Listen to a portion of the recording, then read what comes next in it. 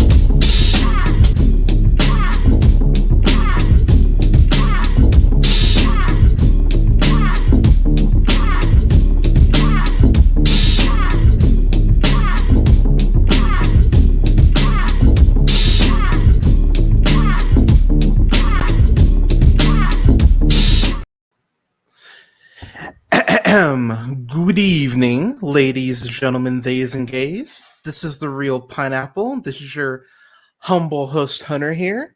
Happy Monday to all y'all. I hope you're having a great start to your week. Yeah, after about a million freaking delays, I'm actually streaming. Go figure. Um, yeah, this is gonna be a little weird, but yeah, we'll figure this out. But I'm your humble host, Hunter, here. Hope you're having a great night, day, weekend, whenever you're checking me out. Um, for those of you who are live, I really appreciate it. Like, thank you so much for taking the time out of your busy day to actually go ahead and check me out. It means a lot. So thank you for that. So yeah, just jumping in here. As far as the show, haven't really figured out what the format's going to be moving forward. But as far as this um, inaugural version of the show, going to go ahead and talk about Vince McMahon, the allegations that he has against him right now, and then what that's going to mean for World Wrestling Entertainment as a whole. Gonna go ahead and talk about that. Gonna go ahead and talk about my honorable and dishonorable mentions. I'm actually really excited to go ahead and talk about those. My full list of best of and worst of will be up this Saturday. I will be going ahead and talking to y'all again on here. So I'm really excited to go ahead and bring that to y'all. And yeah, it's gonna be fun. But yeah, actually, I just realized I need to go and grab. I totally forgot to grab my water, so I'm gonna go and grab my water real quick, and I will be right back with y'all. So give me just a moment. Be right back.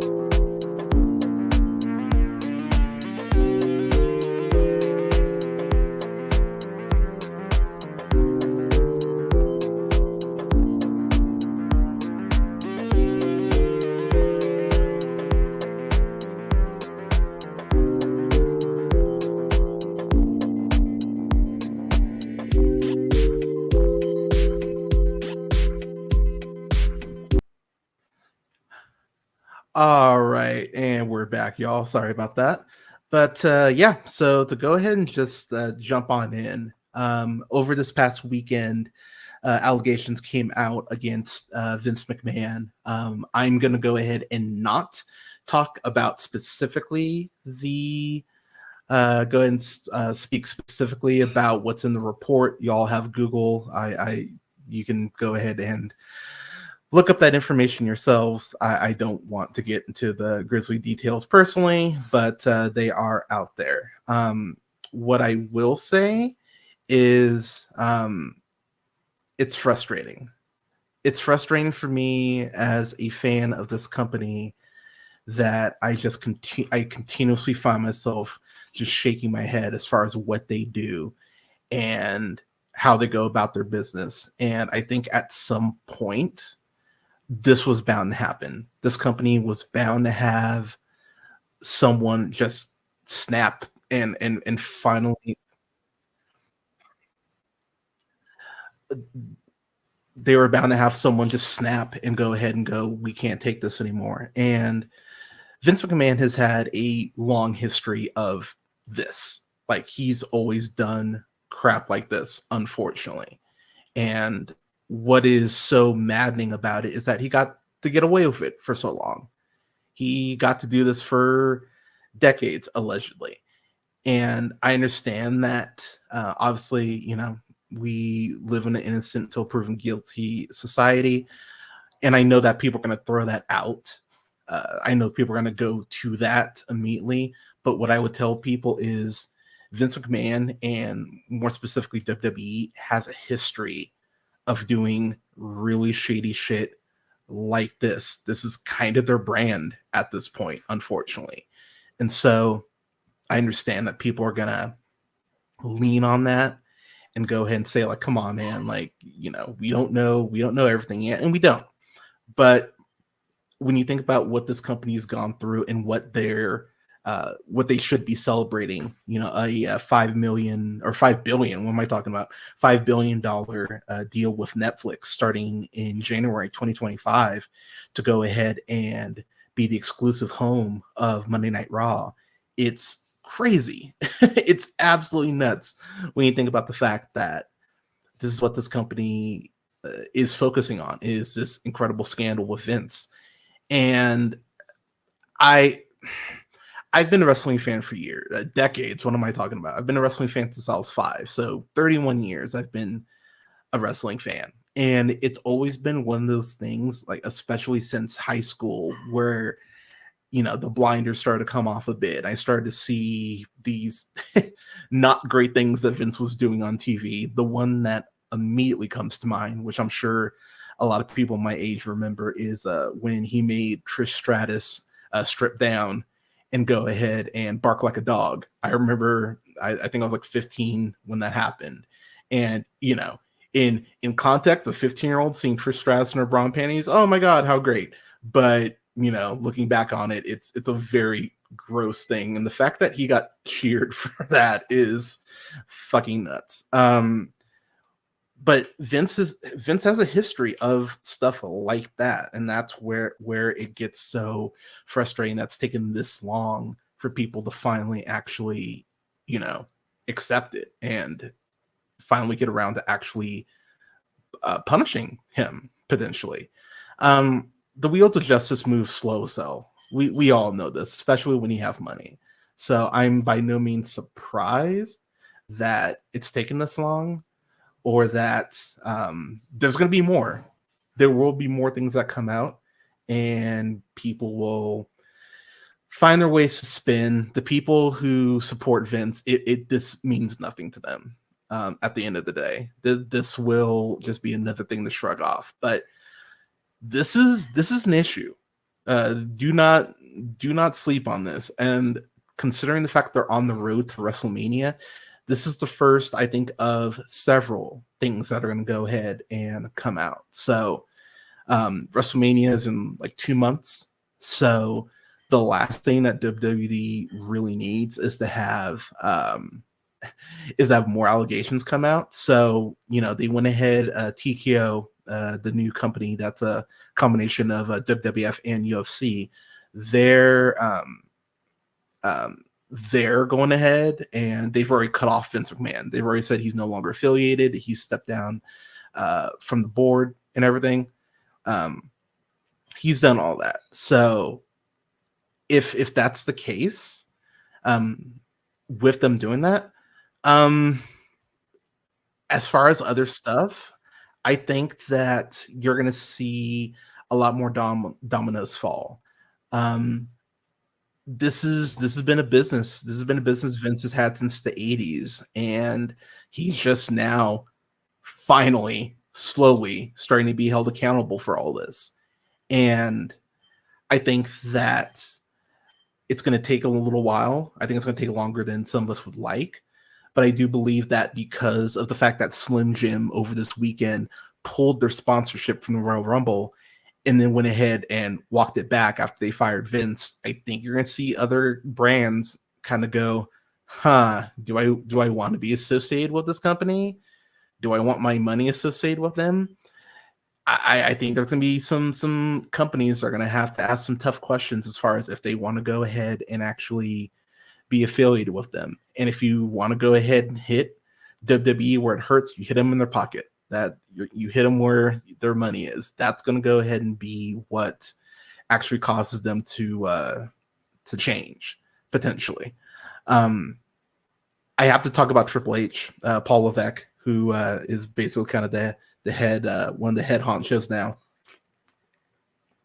I understand that this is his father-in-law. I'm sure there's a lot of emotion going through his mind as far as how to move forward and what to do and all that.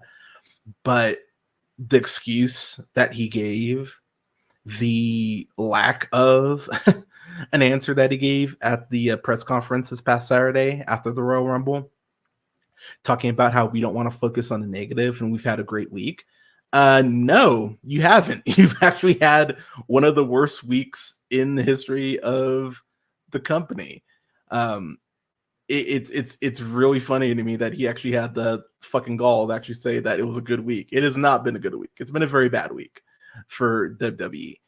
But as I mentioned, this is not the first time that they've pulled shit like this. So, I mean, just off the top of my head, I promised myself I wouldn't do too much research, but I think back to 2005 with Dawn Marie, who used to be a ECW valet. She's since left the industry, but she got fired back in 2005, right after WWE put on that ECW One Night Stand pay-per-view. She was pregnant at the time, and WWE went ahead and fired her. And Dawn Marie ended up taking WWE to court, citing the Equal Employment Opportunity Commission, and saying that her contract was wrongfully terminated, and they ended up having to sell out of court. I'm sure she got paid very handsomely for that.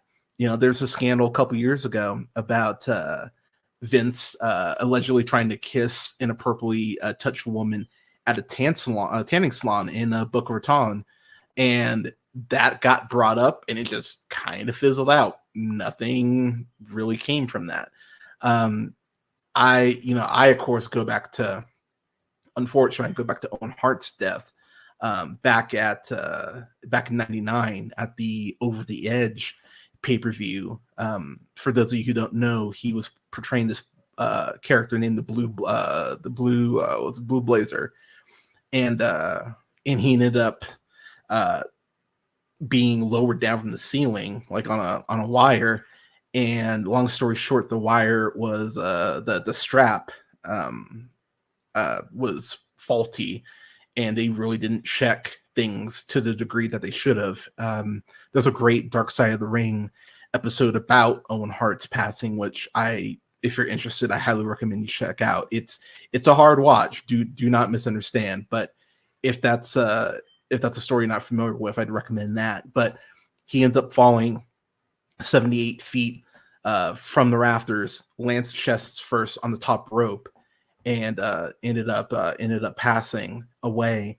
And WWE tried to sue Martha Hart, her Owen Hart's widow, for defamation, and she ended up winning, I think it was like 18 million because of that. And so that's just one example. I think back to a couple other examples of Joni Lorner, who of course you guys know as China.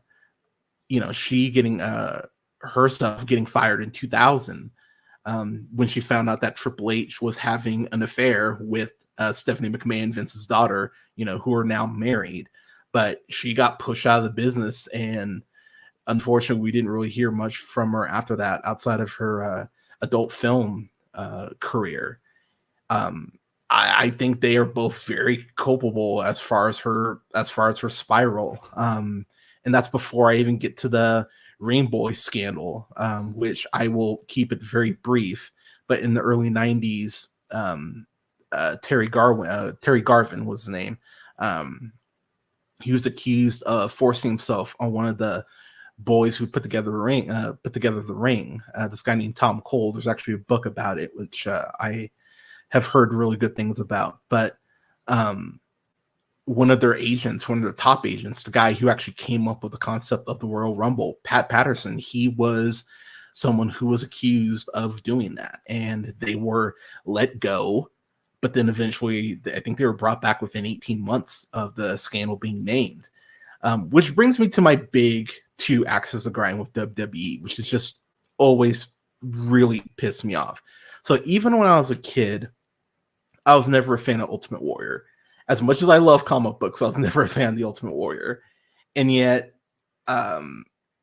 seeing him be praised in the way that he has been is just maddening to me, because there's no part of him that warrants an award. WWE introduced the Warrior Award.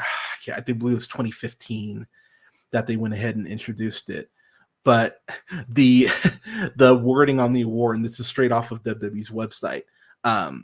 It was 2015. The award is for those who have exhibited unwavering strength and perseverance, and who live life with the courage and compassion that embodies the indomitable spirit of the Ultimate Warrior.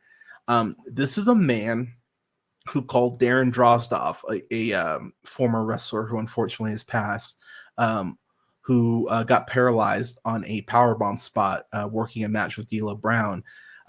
Ultimate Warrior called him the cripple. He said that queering don't make the world work back in 2005 at a speech that he gave at University of Connecticut. And then speaking about Heath Ledger, this is an exact quote, direct quote from Ultimate Warrior. By today's standard, I do have to agree he was a great father, perhaps even greater than the Father of the Year, Hulk Hogan.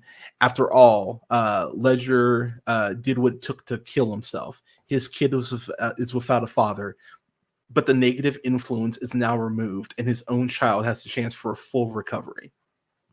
This is the company that is saying that they're family friendly and that they're all about bringing people together and they're all inclusive, and yet they're giving out an award by such a hateful man. Now I know that the Ultimate Warrior's wife, his widow Dana Warrior, I know that she has said that he made amends and that he didn't die of any hate in his heart, yada yada yada, all that crap. But at the end of the day, he said that shit. And you shouldn't have an award for someone who has clearly been so fucking hateful. If you're gonna go ahead and, exile Hulk Hogan for the couple years that they did until the heat wore down, then you should not be giving out an annual award based on the goddamn Ultimate Warrior. And the fact that wrestling fans just kind of accept it blows my fucking mind. And I don't get it. I really don't understand that people just go, it's fine, whatever. And then the other thing, which I know most of y'all probably know about if you're a wrestling fan, but if in case you don't. So there's an old wrestler named Jimmy Snuka, and he went ahead and was having this had his girlfriend named Nancy Argentino, and this was back in '83, and so she had allegations against Snuka for physical abuse, and apparently Vince McMahon went ahead and told her, like, hey, don't file charges against him, it's fine. She ended up being killed, and Snuka was the prime suspect, ended up being taken to court for it years later. I think back in 2017 or 2015, I believe, he was taken to court for it. But Snuka even says in his book that Vince McMahon walked into a police station, he talked to someone, Vince had a silver briefcase with him, and he walked out and everything just went away. And the coroner, the police report actually confirmed that the coroner recommended that it be ruled a homicide, and it just poof, nothing came of it. This company has exhibited, at best, really shittily questionable behavior for decades. So, in the very, very double-edged sword that is social media, I understand that it can all just feel like noise. At what point does the impact stick? But that is a good thing about social media, is that there are receipts, and people are going to hold WWE, rightfully so. They're going to go ahead and hold their feet to the fire, and especially heading into WrestleMania season, their Super Bowl in a couple months, we absolutely fucking should. These people should be held accountable for what potentially happened, and I understand Vince McMahon is gone. That's fucking great. I understand that Kevin Dunn, that beaver-looking motherfucker, I get that he's gone. That's great. I understand John Laurinaitis is gone. That's great. But I guarantee you it wasn't just those three people who were keeping that infrastructure of this going on. I'm sure there's more people there. And so you need to wipe all those people out. Anyone who had knowledge about this, anyone who helped allegedly cover it up, all of them have to go. Period. They all have to go. And I know that, again, I get it. I get that there are people like me who grew up with WWE, who love this company, who have such fond memories of, you know, being a WWF kid at the time. You know, I still remember going to Video Choice in Grover Beach, California, and watching renting WrestleMania 10 for the first time. I still remember watching Brett versus Owen, best opening match maybe for pay-per-view ever, by the way.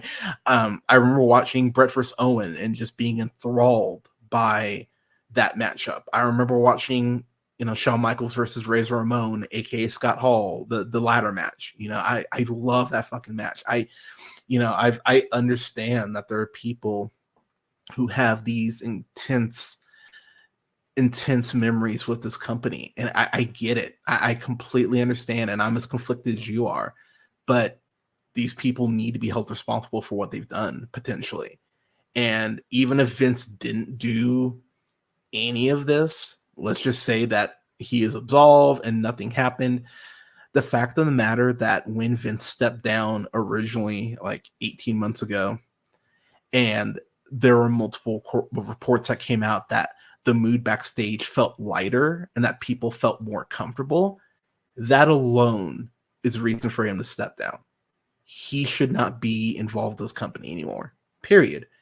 And if Triple H has shown anything since when Vince left the first time, is Triple H a perfect booker? No, but you know, you're talking to an AEW fan, and I think Tony Khan has done several things that will change. It's not about that. It's about providing a safe space for these men and women to be able to work.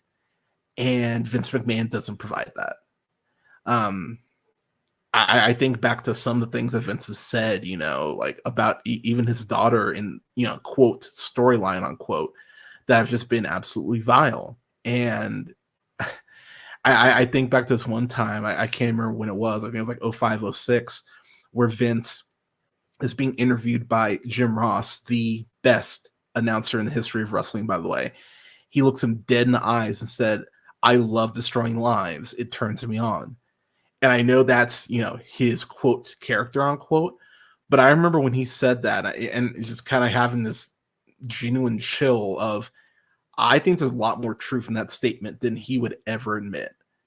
So I would really encourage people to take your blinders off. Again, I understand thinking about any of what Vince did in that document being true is fucking horrifying.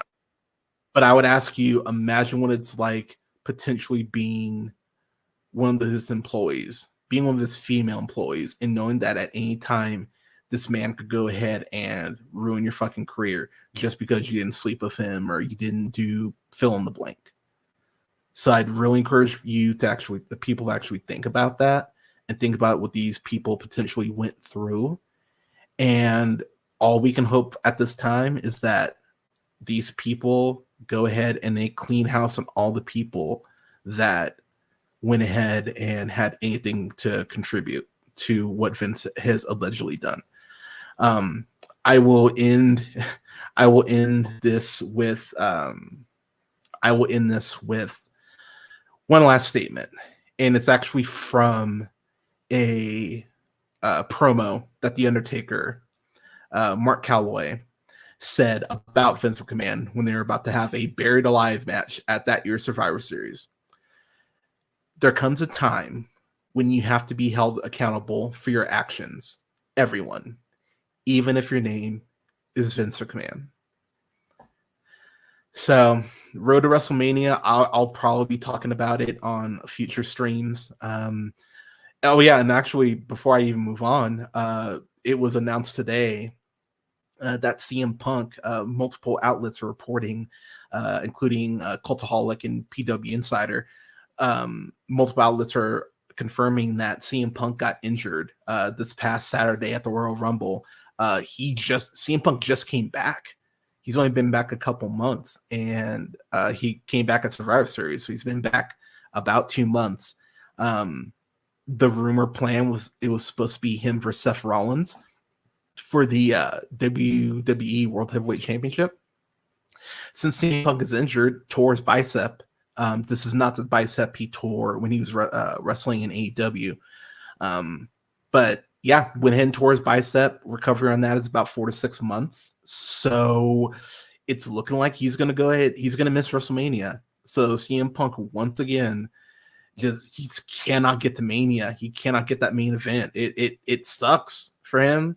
And look, I understand that CM Punk is like a cantankerous, snarky asshole. As someone who definitely relates to that, I get it.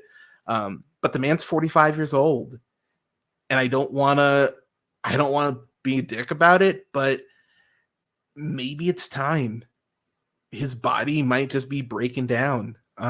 He got injured before his UFC debut. Obviously, he got more injured actually once he got in the octagon, but his UFC debut was delayed because of injury. He was AEW champion twice. They tried, Tony Khan tried it twice. He got injured twice. I get it. I get the man wants to do this. I get the man wants to work, but I don't know, y'all. It just may not be. It may not be in the cards. As a fan of his, as I mentioned, I hope he has a speedy recovery. I hope he's able to get back and be back better than ever. If he gets the surgery this week, so let's just say he gets surgery on like the second. Let's just say that's February. Was that March, April, May, June, July, August, 4 to 6 months. That maybe puts him back in the ring SummerSlam, which might be held overseas this year. Rumors have there have been little rumblings about that. So maybe he's back in time for the biggest party of the summer, and you can do Seth Rollins for CM Punk there potentially. But it sucks that he's missing, but it's going to be interesting to see what they do in his absence. But a definite blow heading into WrestleMania season. But it'll be interesting to see how they go ahead and discuss that, because they're going to go ahead and talk about that on Raw tonight. So it's going to be very interesting to see that. But so it's going to be interesting. But so we'll see what they do there. But I'm going to go ahead and take a quick break, and I will be right back to go ahead and talk about my honorable mentions for my best of and worst of. I will be right back, y'all.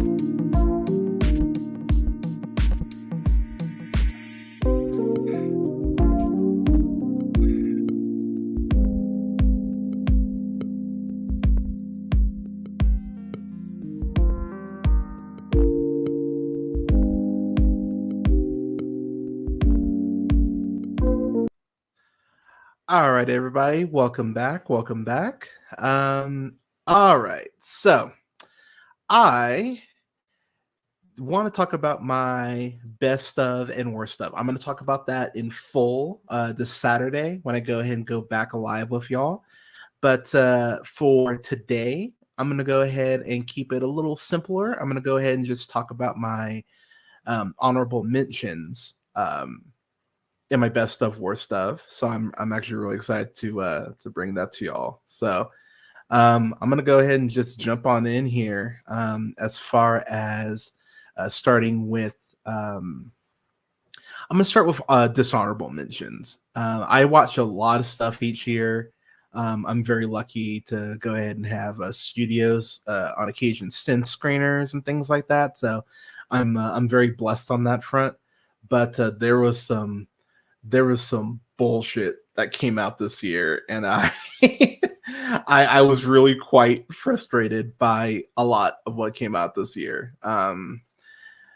Yeah, but I digress. So let me go ahead and just jump in here. So it's not going to be in my crack my top 10, but one of the films that just really pissed me off this year, The Flash. Um, hate is a strong word because I actually like two things about this movie. I really liked Sasha Cale's portrayal of Kara Zor-El, of course, known to less nerdy people as Supergirl.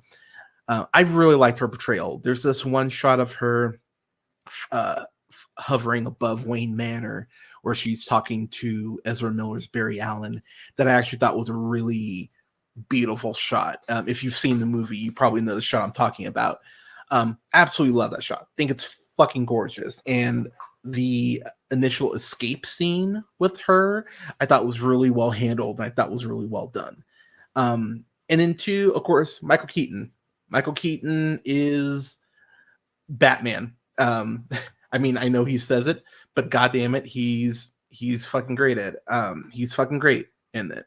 Um, but with that said, I think Ezra Miller, I mean, taking away their scandals and everything, putting all that on the back burner, there's just a shit Barry Allen. There's just a terrible Barry. Uh, they're just a terrible Barry Allen. There's nothing about them in any way that resembles the comic book counterpart. I understand that there are people who just wanted it to work because it's the Flash on the big screen.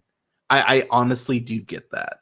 You're talking to someone who grew up with, the '90s Captain America movie and Dolph Lundgren's Punisher. I trust me, I get it. When you're getting scraps, you're just like, please give me anything to sustain me. I completely understand. Pardon me. With that said, though, um, Grant Gustin's been a better Flash. He was a better Flash even when that show was giving him jack and shit to do. He was a better Barry Allen than Ezra Miller was. Suit looked better by the end as well too. So it's one of those things where I go, I don't understand this. I don't understand why. Um, I don't understand why DC was so, because DC, let's be real, DC was leaning into it. They're like, this is one of the best superhero movies ever. And James Gunn was even out saying that shit. And it's like, dude, don't lie. Like, this isn't one of the best superhero movies ever. This shit's bad. And you know, uh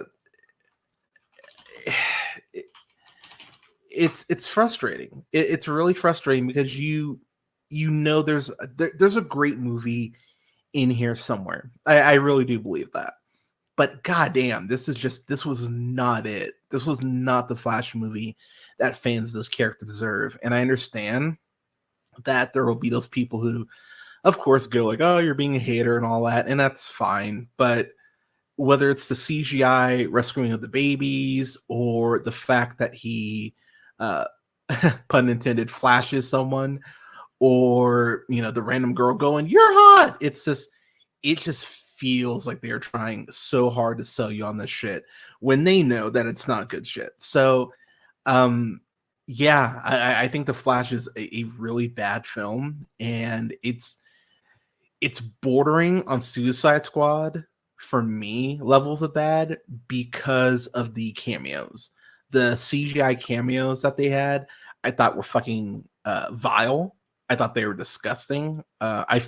Nicolas Cage is still fucking alive. You couldn't just give him a fucking Superman suit. You had to do that CGI monstrosity. Nicolas Cage talked about it. He talked about how he actually went down and filmed shit, and how they were like, oh no, it's fine, we'll CGI it.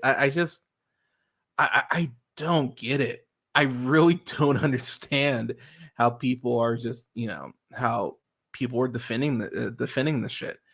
It's not a good film. I know people talk shit about the Marvels and about Quantumania, and I had a lot of fun with the Marvels. I like Quantumania, but goddamn, I never felt even the MODOK shit, which I mean, admittedly, as far as how it looks, but I just never felt like I never felt like my intelligence was being insulted in the way that I felt when I was watching The Flash. I'm really happy that James Gunn is there.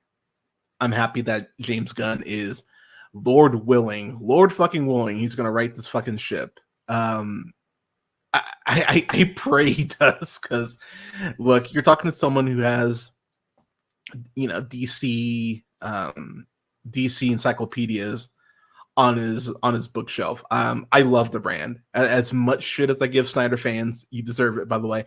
I love the brand. I really do love the DC brand. But goddamn, it's been rough sledding for y'all. I still haven't watched Fear of the Gods. Everyone that I've talked to has said like, you don't really need to, which not great to hear that.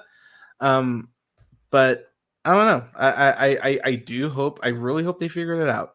I really do. I really hope that James Gunn knows what he's doing. I believe he does. The Suicide Squad is one of my favorite comic book films ever. I fucking love the Suicide Squad. I think Gunn will figure it out. I really do. But it's gonna be rough sledding for a bit, and I think that's okay. I think people kind of need to go ahead and let them cook a little bit, as the kids say. But it'll be all right. It'll be all right. But that's a dishonorable mention. Moving on to another one. I don't know what it is about this guy. I really don't. And I actually don't even, I'm not even super familiar with the comedian. I looked up some of his stand-up. It's about my father. It's a Sebastian Maniscalco, sure, and Robert De Niro. Back a few years ago, I reviewed Dirty Grandpa with my my colleague Colin at the time, and he had fun with it. I remember just being like, "This is stupid." I don't think it cracked my worst of that year, but I was just not a fan of Dirty Grandpa.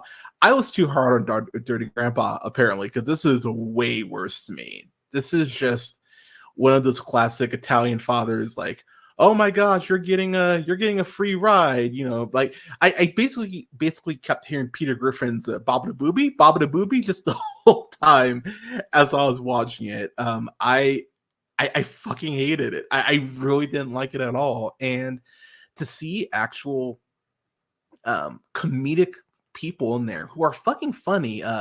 Anders Holm, he, you know him from, of course, Workaholics, but he's in Top 5. He's in The Intern.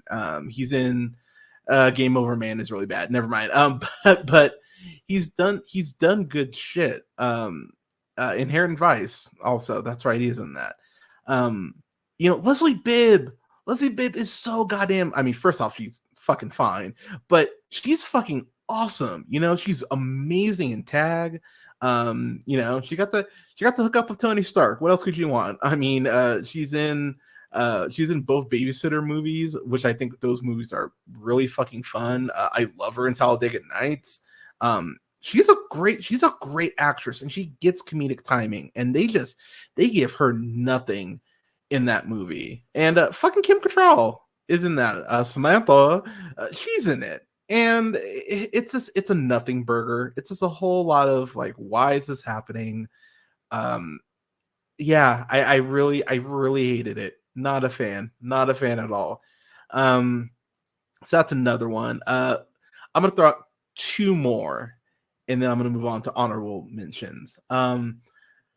I've hated the last actually I've hated the last three of these movies, now that I think about it.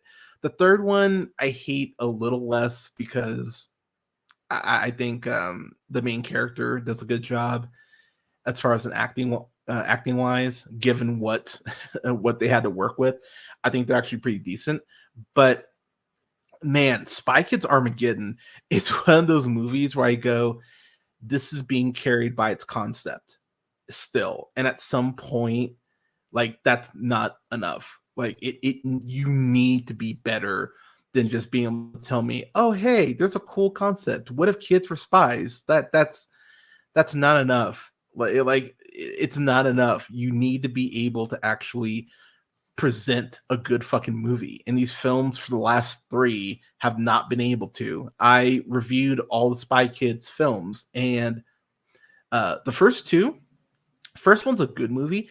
I would actually say the second one's a great fucking movie. I dug the hell out of the second one. The second one actually has some mythos and some more weight as far as as far as being gods, as far as like how we create. I actually found it shockingly captivating. I have to give Robert Rodriguez a lot of credit for that. But at the same time, it's one of those things where I just go, could y'all give a shit? Like, could you try? Like, could you please fucking try? Um, I don't think Robert Rodriguez, I don't know if he doesn't care about the franchise anymore or if he's just doing it because like he has to. Because it does border on feeling like an obligation at this point, which is what just makes me go, can we give the property to someone else?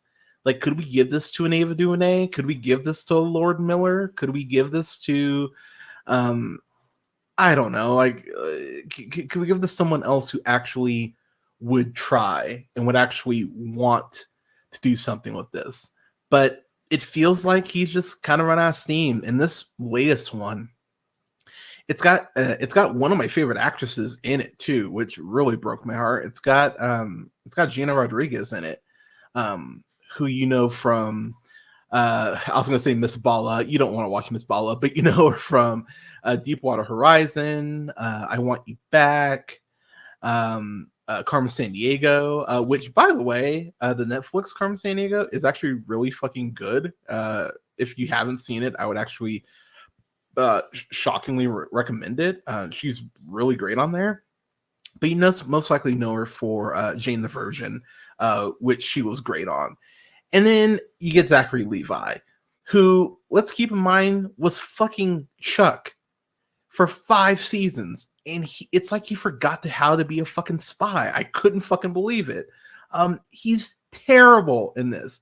He's so goddamn bad. It feels like he could not give less of a fuck about this movie. And he couldn't even be game to kind of make out with Gina Rodriguez a couple times, like, and flirt with her. Like, you can't even put in some effort for that. Look how fine she is. Like they couldn't even do that.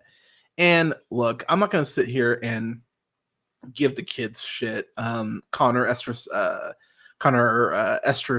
and Everly Carganilla is what I'm gonna go with. The latter ended up doing actually no, never mind. I was thinking something else. But you know, they're kids. I get it. You know, they're still learning, but it's such a weird message too that this film has. The villain, I will say, just because it's Billy Magnuson. I love that dude, and he's the only one that feels like they're fucking trying. You know him, of course, from Aladdin, Ingrid Goes West, Bridge of Spies, No Time to Die, Game Night. He was just in Lift, that new Kevin Hart film, which I have not seen, but I have a feeling I will not be a fan of because I don't like Kevin Hart movies typically. But it's just one of those things where I went, I can't believe this is happening. I can't believe that there's just so little imagination in this movie. I can't believe the graphics still look like the first Spy Kid, like the third Spy Kids movie. This is basically a almost like a combination of the first one and the third one, except it's way more third Spy Kids than the first one, which is really disappointing. And there's really no reason to watch this. If you're one of those people who has kids and you think, oh, we can, rediscover Spy Kids together, just watch the first two. You don't need the, like, if you want to be a completionist and you have to watch the third one, fine, I guess, but you don't need to watch these last two. That fourth one especially, just really rough. No reason. Don't watch it. Yeah, quite. God damn it, so bad. And then the last film I'll throw out, just because sitting here thinking about it, I can barely remember anything about it. It's that movie Freelance with John Cena and Allison Brie. Basically, John Cena is special ops. Allison Brie is a reporter who wants to go ahead and do real journalism and go ahead and interview this dictator. Or maybe they're not a dictator. Whoo, swerve. It's a bad movie. I love John Cena as an actor. As a wrestler, I will be the first to admit, God, the amount of people that I liked that he beat just pissed me off. His shtick ran dry for me pretty quick. But at the same time, though, he's proven to be a fuck of an actor, and I will give him all the credit in the world for being able to do something that Dwayne Johnson doesn't do very often, and that's be able to laugh at themselves. And that's actually made Cena a great comedic actor, whether it's both Vacation Friends movies, whether it's Blockers, whether it's Ferdinand. He's actually a really good voice actor too, unlike The Rock. Have you seen Planet 51? And then, of course, Peacemaker, one of the best intros in the history of, quote, TV, unquote. The man's been fucking great. He's been killing it. I will give John Cena all the credit in the fucking world, but I don't know why he did this. It's quite confusing to me, to be honest. I wish he wasn't doing crap like this, but yeah, it's not a good movie. No reason to watch it. Just like don't watch it. So those are my dishonorable mentions. As I mentioned, I will have my best of and worst of in full, my top 10 for both. I will have that up. I will be going live on Saturday to go ahead and bring that to y'all. So, all right. Jumping back, I'm going to go ahead and talk about some of my favorite films that are not going to make my list, and then we'll go ahead and get out of here. So I'm going to start with a movie that I don't know how many of you have seen, but I'm a huge fan of the original. I believe it came out, I can't remember actually when the first one came out. Now I'm sitting here thinking about it. Actually, I'm gonna have to let me look that up real quick. So the first one came out in 2020. This one came out last year, of course. The Wrath of Becky. So I just have to shout her out. Lulu Wilson. This young woman is special. I cannot wait to see what she does with her career. She was in Sharp Objects with Amy Adams. She was in Annabelle Creation, Ouija, Origin of Evil, and then of course First Becky. She's fucking amazing, and she has such an incredible screen presence that I really think she's gonna go wherever the fuck she wants to go. This movie's fucking awesome. It's violent. It's brutal. Sean William Scott plays a incredible Nazi slash Fox News viewer slash Trumper, and their back and forth, their dialogue. It's a very heavily dialogue driven film, but the cat and mouse game that Becky and Sean William Scott's character play is fucking fantastic. I love Daryl Jr. Of course, his name's Daryl. yeah, he is the leader of this group called the Noblemen. It almost screams Proud Boy, doesn't it? But I absolutely love The Wrath of Becky. If you're a horror fan, especially, and it's lean too. I think it's like 88 minutes. It's not more than 90, but it's a quick watch. And oh my god, it's such a great fucking movie. And I just had an absolute joy watching it. And where it stops, it does definitely set up for a sequel. And yeah, give me that. Go ahead and give me a sequel, please, for the love of fuck. It is absolutely amazing. It's a blast, and I just absolutely enjoyed it. I don't want to get too much in spoilers on this film, but Dream Scenario, starring Nicolas Cage. I'm a huge fan of Nicolas Cage. If you have not seen The Unbearable Weight of Massive Talent, please add that near the top of your list. It's fucking wonderful, and he's great in it. I love Nicolas Cage. He's such a weird motherfucker, but I appreciate so much the big swings that he takes and just how in an unapologetic way he doesn't give a fuck. It is all about what artistically fulfills him. And I honestly love that. I love the fact that that's what drives Nicolas Cage at this point in the game. This being an A24 film, you are literally talking or listening to someone who's a A24 member actually give them money to give me those fucking like pamphlets. I fucking love A24. This movie is fucking tragic. It's like someone went, what if we took A Nightmare at Elm Street but made it sad? It's it's one of those movies where I kept finding myself just laughing at how sad and dark everything is. There is something plot wise, I think you'll know it when you get to the end, that I wish they would have touched on and addressed, and they just don't. But there is a attempt at a hookup scene that is one of the most uncomfortable things I've seen maybe in the last 3 years. I just found myself squirming in my chair in the best way. I love awkward humor, and oh man, this movie layers it on, and it's wonderful. I love the awkward humor in this film. It's fucking great. And at the end of the movie, if they just tightened up a few things, this probably would be this might be higher on my list. It might be I mean, it'd probably still be an honorable mention. I watched a lot of shit this year I just fucking adored, but absolutely loved Nicolas Cage in it. I can't I'll be buying it whenever it does inevitably come out on Blu-ray. Hopefully, I'm gonna definitely buy it, or 4K. I'll definitely buy it. I had a blast watching it though. Moving on to another film that I just love, and I had this in my top 10 for most of the year, but with some of the late stuff I watched, I've probably redone my list at least 20 times, and I'll probably redo it one or two more times after I watch a few things this week. Blackberry, with Glenn Howerton and Jay Baruchel. I know people were talking about Oscar snubs and Margot Robbie got snubbed. She didn't, by the way.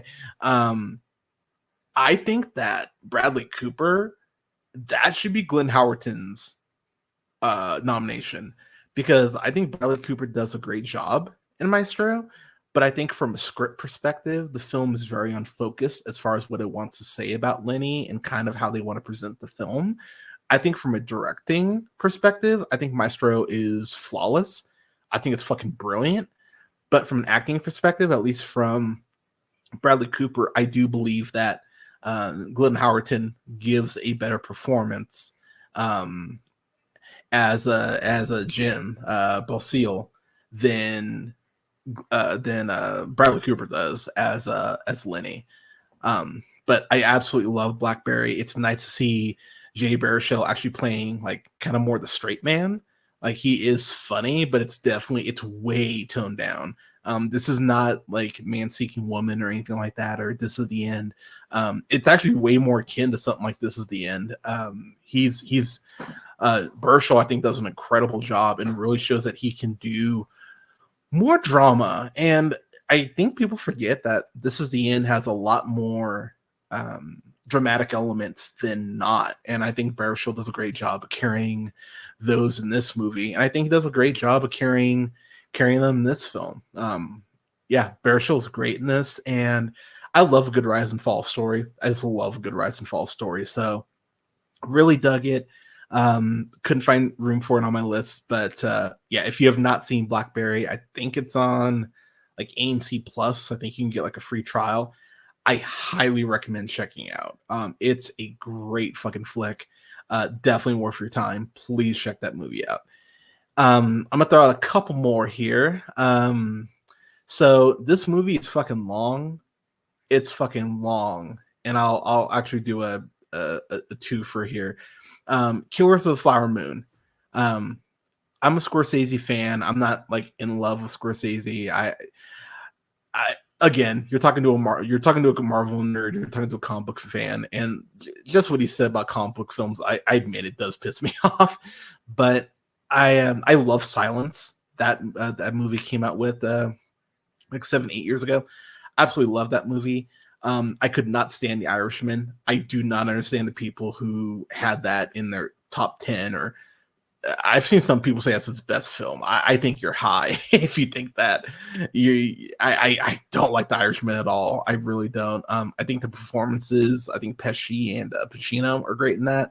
I think De Niro is just sleepwalking through that shit.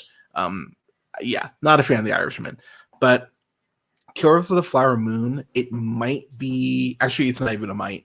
It is De Niro's best performance since Silver Linings Playbook. He's fucking amazing in this movie as King. He is a manipulative, evil, just son of a bitch. And I was enthralled anytime he was on screen. I think De Niro fucking killed it. I'm not doing my Oscar predictions yet, but oh my god, I could not, for the life of me, I could not take my eyes off the screen whenever he was on it. Leo, I know some people are saying Leo got snubbed. I don't think Leo got snubbed. I think it's kind of somewhere in the way of Barbie, where I do think that Leo is playing a flatter character to give more to the script and give more to Lily Gladstone. But I think the counterbalance on that is off, which is why this isn't on my list officially, because I think that if you tell the story from Lily Gladstone's character's perspective, if we hear it from Molly's perspective, I think the movie hits a lot harder than hearing it from Ernest's perspective. And I do think that takes away from Gladstone's performance, unfortunately. But for a film that's 3.5 hours, I mean, is it heavy? Absolutely. It is a heavy ass movie. I think I took like 5 hours to watch it, because I definitely took a shower in between. I definitely stopped like at the hour and a half mark, took a shower, got some lunch, and went back to it. But this is an incredible achievement by Scorsese. I do wish that he could have gotten an indigenous person to go ahead and direct this film, and then Scorsese could have, stayed on as executive producer and everything else. But unfortunately, Scorsese's a name. Not unfortunate that he's a name, but unfortunately, in order to get something like this greenlit, you almost have to be a name. Unfortunately, um, I get people who have a complicated history with this movie, or who feel conflict with this movie. It's very much how I feel about Django Unchained, because I dig so many elements of that movie, but I just imagine Quentin Tarantino, being in his house writing the N-word over and over and giggling. I just I get it, y'all. So, but some incredible shots in this movie. The costume design, holy shit, the costume designing is fucking amazing in this movie. Absolutely love it. And then where the film ends up, I really enjoyed. So I would definitely say it's definitely worth watching yourself at least once. But absolutely really dug the movie. It definitely stuck with me. Just couldn't find a spot for it on the list. And then I'm gonna go ahead and throw out two more. So one of these is a movie that is on Paramount Plus. You can go and stream it now. And as someone who's a giant nerd, I will say I love that this is a thing. Dungeons and Dragons: Honor Amongst Thieves, fucking love Dungeons and Dragons. I haven't played it in a while. I'm looking to change that this year, hopefully. But I love this fucking movie. It's one of my favorite ensemble casts in the last couple years. Just going down the line, Chris Pine, Michelle, pardon me, Chris Pine, Michelle Rodriguez, Justice Smith, Sophia Lillis, Hugh Grant. Hugh Grant has turned into such an awesome, like, hokey villain. He's great. I fucking love Hugh Grant. This new, like, I'm just gonna be a drunk kind of playboy Hugh Grant. Like, he has to thank that fucking CGI bear Paddington for saving his fucking career, because ever since Paddington 2, he, between this and like The Gentleman, and then Operation Rudy Poo, whatever that Jason Statham movie, he's kind of been in his bag. So I got to give Hugh Grant some credit there. But absolutely dug this movie. Chris Pine, you can tell Chris Pine just having a blast. And I know the film didn't do well. I know that was part of, that's partially to blame on the pandemic as well. But run this back. Seriously, run the shit the fuck back. Advertise it more, but run the shit back. This was a blast. I had so much fun with this. Highly recommend it. Well worth your time. And then the last film I will go ahead and shout out here, that I really enjoyed. That just not going to be room for it on the list. It's Teenage Mutant Ninja Turtles: Mutant Mayhem. I have been a Ninja Turtles fan since I was a kid.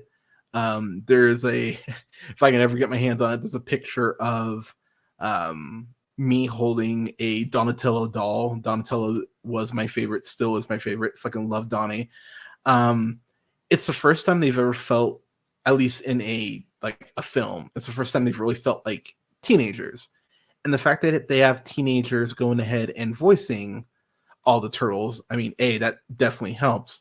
But the fact that they had them all in a room together when they are filming their lines, it goes recording their lines, it goes ahead and it really lends this instant credibility, like the way that they actually talk over each other at points, like teenagers do, like brothers definitely do, like siblings definitely do.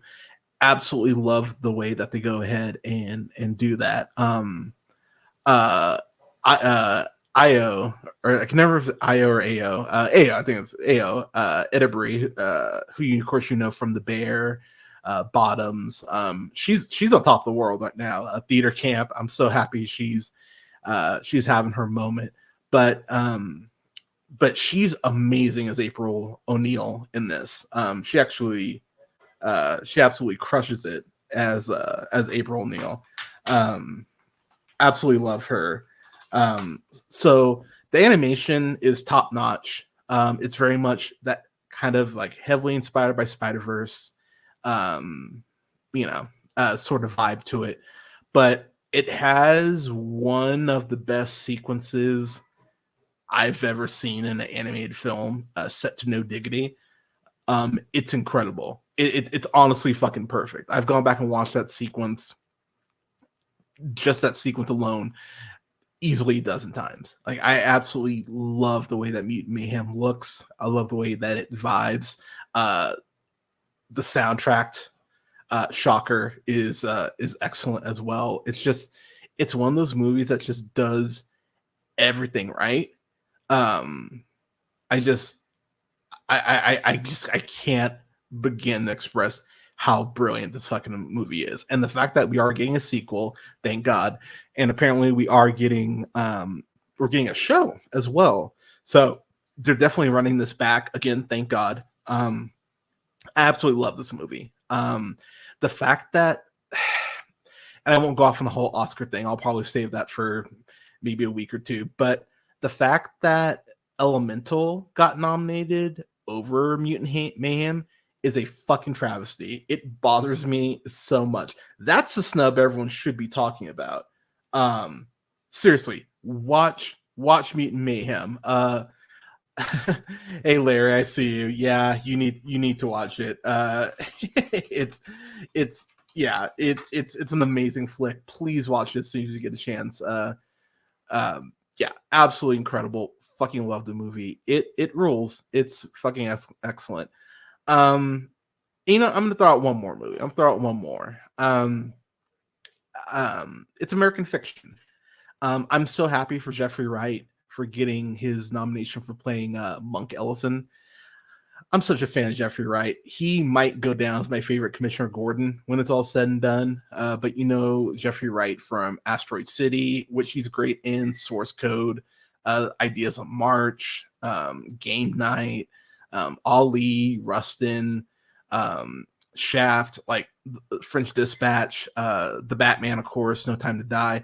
Motherfucker's talented. And I think he's been one of our best actors for years and has really never gotten his credit.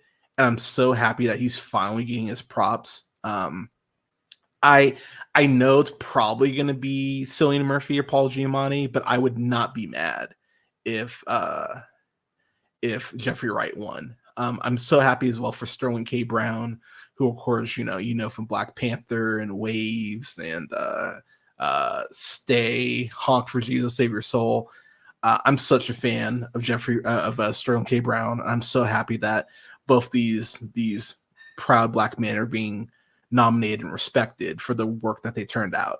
I really want to see a Jeffrey Wright, Tracy Ellis Ross rom com.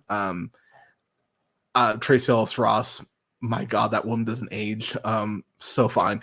But she's great in this. And I was so happy to see so many people of color. I'm like, oh yeah, you're in this. Oh hell yeah, you're in this. And I haven't shouted her out yet. But Emily Blunt getting a Best Supporting Actress nomination for Oppenheimer fucking bothers me. I think she's a plot device at best in that movie. I know she has this incredible speech near the end of the film. I in no way think that warrants her getting her nomination. It bothers me that Erica Alexander didn't get a nomination because I think she deserved it because her and Jeffrey Wright, their chemistry is fucking off the page. I think she was more deserving. I think Ao was more deserving. I think Joanne Moore for May December was more deserving. I think there are several people who are more deserving than Emily Blunt, but I'd probably put Erica Alexander at the top of that list. I think she does an incredible job in this. And while I have not been a fan of hers, I'm going to go ahead and call a spade a spade. She did this movie Little, and I just think she sucks in it. And I fucking hated her in that movie. But I'm gonna give her props because fair is fair. Fair is fair. Issa Rae's growing on me. She's really starting to grow on me. Obviously, President Barbie. Barbie was kind of a big movie, but between that and her in Spider-Verse and The Hate You Give, she's growing on me. And her and Jeffrey Wright, they have a conversation about Black media and Black stories in this movie that I really actually had to pause the movie and go, fuck, okay. It really caught me off guard in that sort of way. And I have to give her I gotta give her credit on that. Yeah, Larry, you're right. The Oscars can't go a year without Pixar. We should try though. We should try 1 year. Yeah, but absolutely loved American Fiction. For Black History Month, I'll definitely have a review up for of that. But absolutely adore the movie, and yeah. So, y'all, that's it. That's it for my first stream. Gonna keep this one kind of short. I mean, almost 90 minutes. That's not too bad. But I am gonna go ahead and I'm gonna be back on Saturday. I'm going to be back on. I'm going to be talking about, as I mentioned, my best of and worst of, top 10 for both. That stream will be live this Saturday at 5 p.m. Eastern, 2 p.m. Pacific. I'm really excited to go ahead and run this back and be back here with y'all. But everyone, seriously, thank you so much for watching. I appreciate y'all. I appreciate y'all. And yeah, seriously, thank you so much for taking the time to watch my first stream. This will be the first of many. But stay safe out there, take care of each other, and never forget, as always, to keep it real.